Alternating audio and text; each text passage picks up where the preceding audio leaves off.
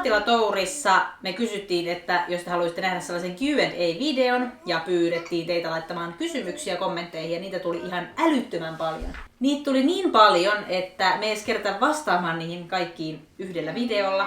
Selkeästi tämä maatilaelämä kiinnostaa ihmisiä. Monella oli itselläkin haaveena maalla asuminen ja myös semmoinen ekologinen elämäntyyli ja kaikki. Et jos olet uusi kanavalle, niin käy katsomassa aiemmat videot, koska niissä kerrotaan lisää tästä meidän tulevasta elämänmuutoksesta. Mutta ollaan siis tekemässä elämänmuutosta kaupungista maalle ja kaupunkikämppä on edelleen myynnissä. Ei olla siis päästy vielä muuttamaan, mutta vietetään aina viikonloppuja täällä.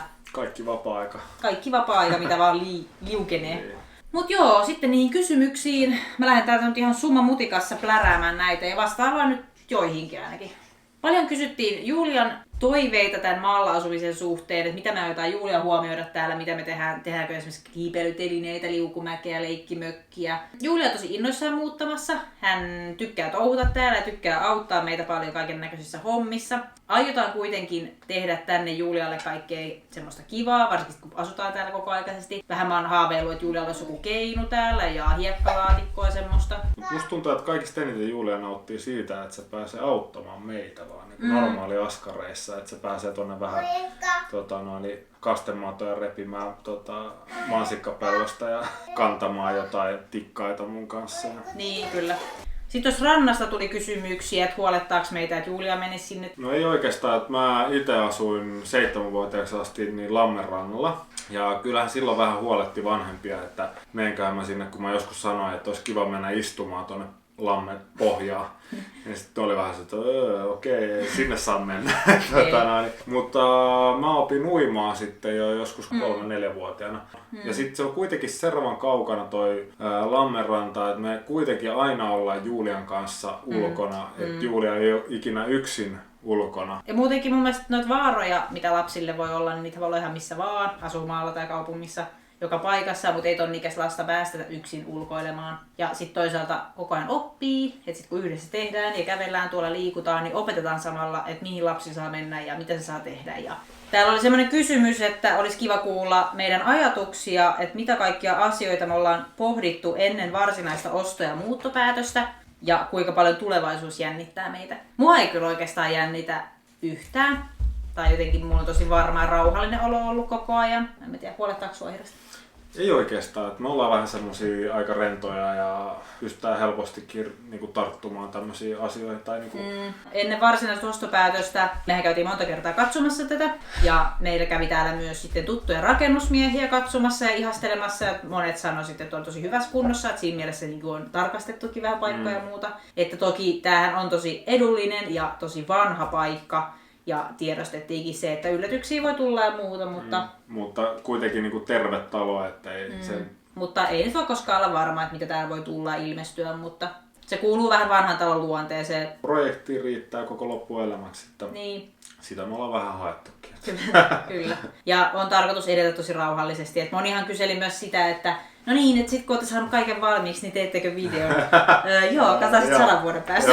Kun nämä on tämmöisiä paikkoja, että kun tää ei ole semmoinen, että tänne tullaan, niin sitten tää vedetään sileeksi ja rakennetaan uutta ja kaikki heti nopeasti valmiiksi, vaan tää on semmoinen elämäntapa, harrastus, mikä niinku on semmoinen, tää on nyt moni sanoo, että se on puhdas kangas, mihin ruvetaan itse maalaamaan sit mitä halutaan ajaa. Sitten tehdään pikkuhiljaa, että ei, jos tää otetaan stressille päälle ja aikatauluttaa, niin pää hajoaa ja rahat loppuu.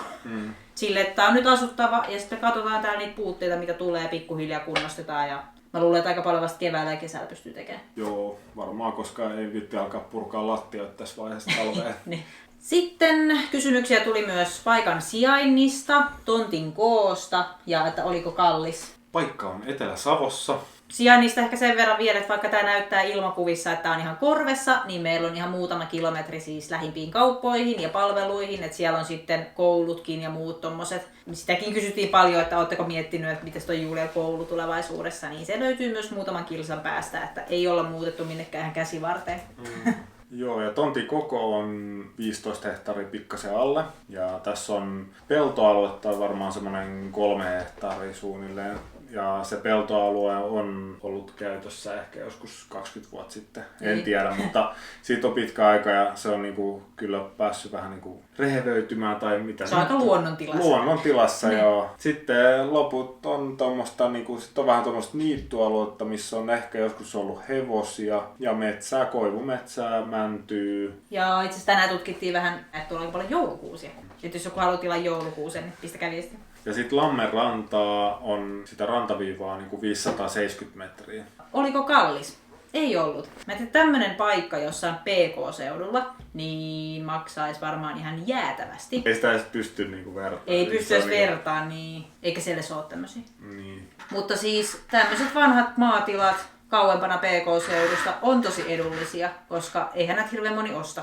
Mutta siis tällä hinnalla ei saa pääkaupunkiseudulta edes vaatekomeroa, niin kuin mistään. Ja myös meidän raha-asioista on muutenkin hirveästi kyselty, että mistä tämä rahat tulee ja mihin ne menee. Ei olla mitään hirveän isotuloisia, oikeastaan todella pienituloisia. Tarkoitushan on siis, kun me myydään meidän kaupunkiasunto pois, niin sitten jää rahaa sekä tähän paikkaan että sitten kaikkiin hankintoihin, mitä meillä tulee olemaan, esim. Traktoria ja muuta. Että Säästöjä tulee. Sitten tähän rahaan liittyen kysyttiin myös meidän työpaikkoja ja varsinkin tulevia töitä, että monihan tietää, että Juha kuitenkin on käynyt niin kuin pääkaupunkiseudulla töissä, niin kuin ihan päivätöissä, iltatöissä, viikonlopputöissä, yötöissä.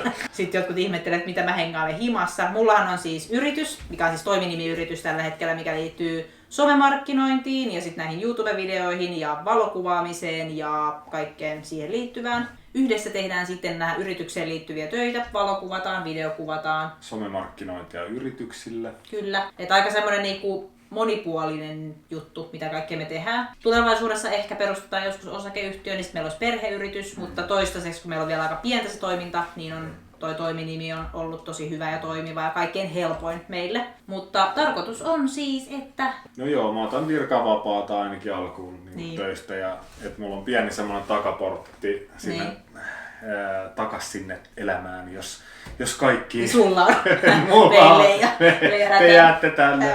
Juha lähtee mulla on pieni takaportti tosta vielä, mä jätän sen auki. Moro. On sitten perheenjäsenilläkin semmoinen turvallisempi olo tästä asiasta. Lähinnä me sukulaiset tämmöinen niin mielenrauha annettiin heille, että meillä on se vielä suhteet on sinne edelliseen elämään. Mutta ei sitä tiedä mitä kaikkea me keksitään. Täällä on järjettömän iso lääni, niin kuin joku kommentoi. Niin täällä on mahdollisuuksia vaikka mihin ja meillä on tarkoitus alkaa kasvattaa täällä kaiken näköistä ja on eläimiä tulossa ja on metsää ja muuta, niin tässähän on paljon kaiken näköisiä bisnesideoita, että ei tiedä mitä me keksitään vielä. Mutta monestihan maaseudulla onkin sille, että ne rahat siihen leipään tulee niinku monista puroista, että ei ole semmoista jotain yhtä juttua, mitä sä niinku teet. Tehdään monta juttua ja sitten tulee pienistä puroista kertyä ja siitä tulee vähän isompi puro sitten. Joillakin tulee isompia ja joillakin vähän pienempiä. Mutta toivottavasti tulee semmoinen puro, tulla toimeen. Niin.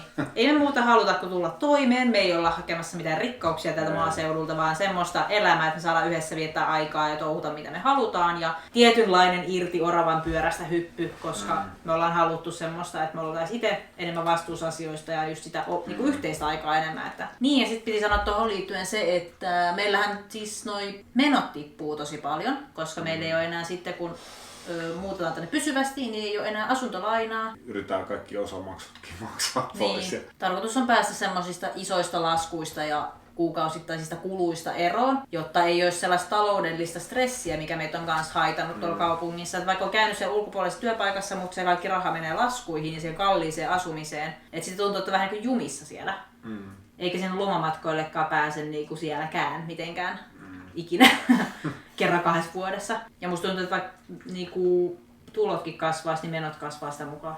Et jotenkin se elämä on seuraava tyhmä aina, että sitä kuluttaa sit enemmän mitä. Niin, ja kaupungissa on ympärillä sitä kulutettavaa niin paljon, että sitä niin helposti sit kuluttaa kanssa. Niin. Täällä sitä huomaa, että säästää niin jokaisen vessapaperisiin. Ne en mene oikeasti säästä, mutta sillä, että sä oikeasti mietit asioita. Vettä säästää, koska sitä ei tule hanastaa. Sitä säästää. Joo. Sitä on niin monta kertaa samaa vettä käytetään joka paikkaan. Olisi muuten mielenkiintoista tietää, että kuinka paljon me ollaan niin säästetty vettä täällä. Joo, koska tavallaan sitä kaupungissa kuitenkin tulee lotrattua aika paljon, niin täällä on vaan just silleen just sen määrän, mitä sä tarvit, niin. käytät. Sitten mennään suihkuun tai peseytymäänkin, meillä on ämpärissä vettä, niin laitetaan lämmintä vettä ja sitten kylmää vettä. Siitä kauhalla sitten peseydytään, niin siinä ei mene niin kuin enintään se yksi ämpärillinen vettä. Niin, kyllä. Niin montahan ämpärillistä vettä menee tossa, kun käydään suihkussa. Ihan varmaan älyttömästi. Jossain suihkussakin tulee istuttu puoli tuntia ja vesi vaan valuu, niin kyllähän se niinku on ihan erilaista kulutukselta tämä elämä täällä. Ja sitä miettii ympäristöä enemmän. Me ollaan vaihdettu pesuaineet biohajoaviin ja ympäristöystävällisiin, koska kaikki meidän noi pesuvedet ja muut menee tuonne luontoon, niin se pitää olla semmoista, ettei jää ettei luonto ja tonttimme pilalle. Niin sitä rupeaa miettimään enemmän. Kyllä. Tuolla kaupungissa vaan elää ja ajattelee, että on silleen vähän ihan sama. Kyllä joku hoitaa. Sitten on kysytty nyt tietenkin noista eläimistä, mitä me jotain hommata, mitä kaikkea me viljellään ja muuta. No, hommataan nyt aluksi ainakin kanoja ja lampaita. Ja katsotaan sitten, miten homma lähtee käsistä, niin sanotusti. Niin kun meillä on vähän käynyt näidenkin kanssa. Niin, vai vai. Kenen lie syy. Niin, et sen takia just olisi hyvä niin katsella, että ottaa niitä kanoja ja lampaita ja sitten vähän kattelee, että miten, mikä on järkevää. Ja viljelyksistä sen verran, että hyötykasveja paljon ollaan mietitty, että olisi joku kasvimaa, ehkä kasvihuone. Meillä on vanhoja ikkunoita, niistä olisi aika hauska rakentaa kasvihuoneen. Yritetään tietysti oppia omavaraisiksi tavallaan, että saataisiin mahdollisimman paljon siitä niin kuin lähettyviltä tästä meidän kodin lähettyviltä kaikki ruoka. Katsotaan pikkuhiljaa, että ei sekään varmaan ihan niin kuin heti tosta noin vaan järjesty, että siinä kestää aikaa, että päästään semmoiseen. Mutta tarkoituksena olisi pyrkiä niin kuin jonkinasteiseen omavaraisuuteen. Että edes osan saa niin omasta maasta. Niin. Mä luulen, että me eletään aika terveellisesti. Me syödään kasviksiakin enemmän, kun me kasvatetaan itse, niin niitä varmaan alkaa tekemään enemmän syödäkin kuin omasta maasta. Sitten tuli paljon kysymyksiä tästä päätalosta, tämän kunnosta, että huolestuttaako meitä home ja kaiken maailman ongelmat. Ja mitä me aiotaan täällä tehdä, minkälainen sisustus tulee, miten me rempataan. Mua ei henkkoht huoleta mikään home tai sisäilma. Vaikka tää on vanha talo, mutta tästä on moni ammattilainen käynyt täällä sanomassa päällisin puolin, että näyttää tosi hyvältä ja tää on rakennettu tosi hyvälle ja kuivalle paikalle, kallion päälle. Ainoa ongelma mikä täällä on, mikä pistää silmään se, että tätä on vähän niin kuin pilattu sillä, että täällä on laitettu muovia. Niin, muovia lähinnä siis lattioihin. Niin, että jossain vaiheessa sitten keväämällä kesällä pitää ottaa ne muovit pois ja katsoa, miten se alta löytyy. Että rintamamiestalot on siis erittäin hyviä, jos niitä ei ole vaan rempattu piloille, niin ne on tosi hengittäviä ja materiaalit on semmosia hyviä niin kuin tavallaan sisäilman kannalta. Kyllä. Mutta vanhat talot on tosi erilaisia kuin uudet rakennukset ja näissä on ihan oma juttu, miten nämä kunnostetaan ja mitä näitä pitää ottaa huomioon. Täällä ei voi tehdä samoja asioita kuin, että mä lähtisin remppaamaan jotain uutta kerrostaloasuntoa tai jotain, vaan kaikki on ihan erilaista. Jos tämmöisiä taloja pistetään sitten, niin kuin eristetään liikaa tai tiivistetään liikaa, niin sit niitä ongelmia tulee. Meillähän on niin kuin jotain tämmöisiä perinnemestarin kirjoja, missä on hyviä neuvoja tavallaan vanhan talon remontoimiseen ja sieltä oppii sitten, että mitä ei kannata tehdä ja mikä on hyväksi taas vanhalle talolle.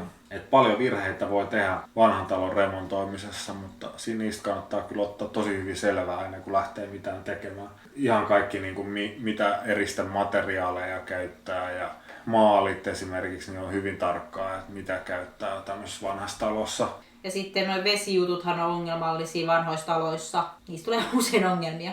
Että kun laitaakin sisälle kylppärit ja vesipisteet ja muut, ja sitten jos tulee jotain vesivahinkoa tai vuotoa tai muuta, niin että mitä sitten tapahtuu rakenteelle ja muulle. Että ne on aina vähän haastavia tämmöisissä taloissa. Ja täälläkin itse asiassa on siis sisävessa, ja täällä on hanat ja putket kyllä löytyy, mutta ne ei ole nytten käytössä, koska täällä ei ole asuttu talvella, niin tää on ollut vähän niin kuin kesäasuttavana, semmoisena loma-asuntona. Ettei putket jäätyisi, ne ollut poissa. Niin, mutta me vielä mietitään sitä, että miten me aiotaan toteuttaa se jatkossa, koska me ei haluttaisi mitään vesivahinkoriskejä ja ongelmia, mutta sitten pitäisi olla niinku toimivaa. Mutta no, nyt meillä on ollut kantovesi. Sitten on kysytty myös, että halutaanko lisää lapsia ja että onko Julialla kavereita, onko täällä naapureita, eli tämmöiset sosiaaliset suhteet, ihmissuhteet. Ei ollut vielä ainakaan niinku ajatuksena, että toista lasta. Mutta se voi hyvinkin olla, että jossain vaiheessa tulee semmoinen... jos tulee semmoinen fiilis. Niin meillä oli niinku Juliankin kanssa, että ei mulla ollut niinku mitään vauvakuumetta ennen sitten kun se tuli joskus. Niin. Ja sitten meillä olikin kummallakin vauvakuume. Niin se oli ihan hyvä.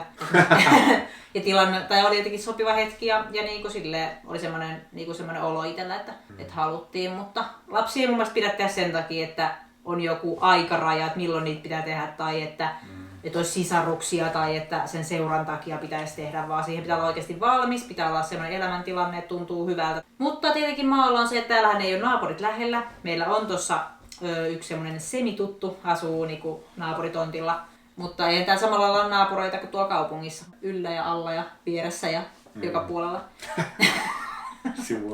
Sivuilla. Mutta tarkoitus on, kun tänne asettuu, niin tutustutaan paikallisiin ihmisiä ja kyllä täälläkin niinku ihmissuhteita on, että sitä ennenkin vanhaa kostimaalla, niin kyllä se ihmisiä liikkuu maallakin. Niin, kyllä. Mutta en nyt tiedä, näkeekö tuolla kaupungissakaan nyt niin hirveästi niitä ihmisiä. Tai kyllä niitä näkee, mutta ne menee ohi vaan. Kaikki ohi. Ei niin, ei kaupunkielämässäkään, niin kaikilla on omat kiireet ja sellaiset. Kaikki käy omissa harrastuksissa. Niin, sitä on tosi kiireistä. Niin eihän sitä kerkeä oikeasti näkee edes ketään. Niin, ei me selkään nähdä ketään. Kaikki on sikakiireisiä. Niin kuin ollaan mekin kiireisiä. Niin ollaan. Että emme olla sen erilaisia. Ei. Mitä ne muut, mutta tuntuu, että ei. Mä luulen, että täällä meillä on enemmän aikaa kutsua ihmisiä kylään. Tänähän voi tulla koska vaan ihmiset kylään. Meidän tutut ja sukulaiset saa tulla tänne, kun saadaan vähän nukkumapaikkoja. Ja sitten kun tutustuu paikallisiin, niin voi niinku pitää treffejä. Sitten meillä on aikaa niinku semmoiseen, luulisin. Toivottavasti. Mutta ei ole tarkoitus erakoitua. Ei. Kokonaan. Osittain. Mä oon itse asiassa kaikille kavereillekin sanonut, että tervetuloa kylään. Että... Niin, jos kaverit katsoo tätä, niin tervetuloa kylään. Pistäkää viestiä, ettei jalkaiset pääse erakoitumaan. Tosi hyviä kysymyksiä te laitoitte, ihan mielettömän hyviä ja kiinnostavia. Kiitos niistä. Jossain vaiheessa tehdään vaikka toinen Q&A. Koko ajan me kerrotaan kaikkea tulevissa videoissa, vlogien yhteydessä paljon puhutaan meidän suunnitelmista ja näytetään. Ja sitten tietenkin Instagramissa, kummankin tilillä, niin paljon siellä jaetaan meidän ajatuksia ja projekteja ja muuta, niin menkää seuraamaan. Mäkin olen nyt yritellyt enemmän päivittää mun Instagram-storeja. Niin, ja ne on oikeasti tosi hyviä. Juha tekee oikeasti ihan pro-matchku. Saa muutenkin laittaa tuonne kommentteihin kaikkia vinkkejä. Lisää kysymyksiä. Mä vastaan aika paljon kommentteihin, niin saa laittaa lisää kysymyksiä. Mä yritän vastailla kaikkiin. Ja sen semmoista. Mut joo, nyt ei puhuta enää. Puhutaan siitä. Moi moi! Mut jos haluatte sen toisen Q&A-videon, niin laittakaa tälle videolle peukku ylöspäin mielellään. Ja ei tässä muuta. Nähdään seuraavassa videossa. Se on moi moi! Moi moi!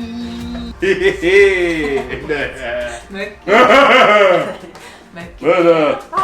Täällä voi huutaa! Kuka ei kuule?